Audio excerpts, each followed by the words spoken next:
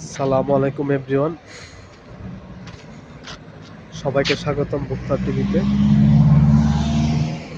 এখন যে আমার একটা ভিডিও, সেই ভিডিওটা হচ্ছে আপনার বাংলাদেশের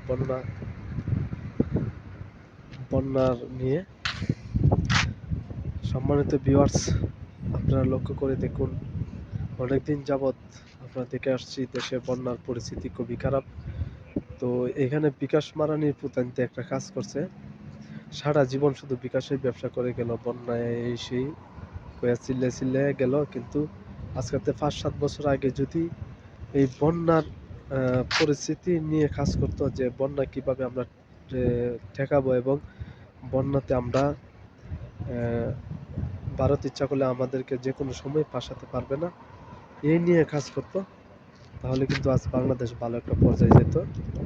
আজকে যে পরিস্থিতির শিকার, সেই পরিস্থিতির শিকারে আসতো না।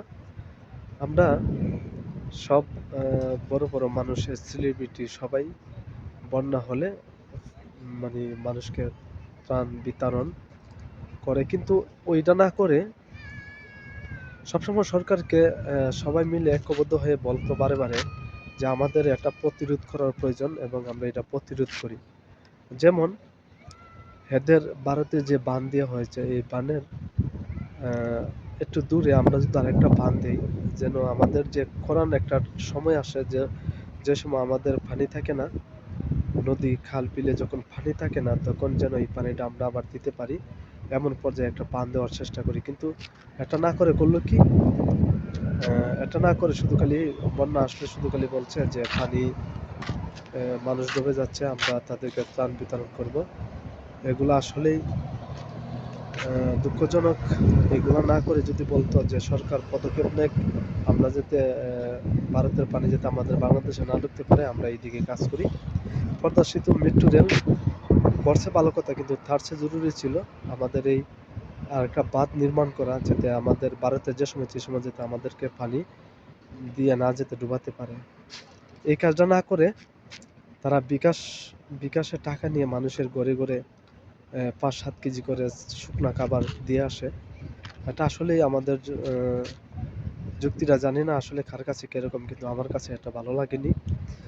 এখানে আরেকটা বিষয় না বললে নয়, হয়তো সবার কাছে আমি একটু কালার হব, তাতে আমার কিছু আসে যায় না।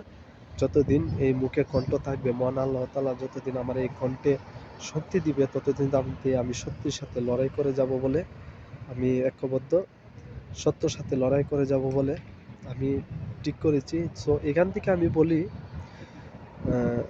ওইখানে বিকাশের ব্যবসাটা না করে সরকারকে সবসময় ভিডিওর মাধ্যমে মানুষ রাস্তা দেখাতো যে আসলে আমরা যদি ওনাদের সামনে আরেকটা বাঁধ তৈরি করতে পারি, ভারতের সাথে বাঁধ তৈরি করতে আমাদের সাথে চীন প্রস্তুত, সবাই মানে প্রস্তুত, কারণ আমাদের সাথে সবাই ঐক্যবদ্ধ, বাংলাদেশের সাথে সব দেশই আছে।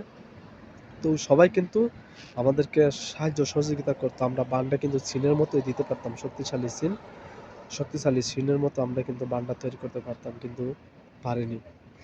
যাই হোক, এখন মানুষে বলে না যে দাঁত গেলে দাঁতের মর্ম বোঝে, তো এখন বুঝতেছে সবাই। এই হচ্ছে আজকের ভিডিও। আসসালামু আলাইকুম এভরিওয়ান।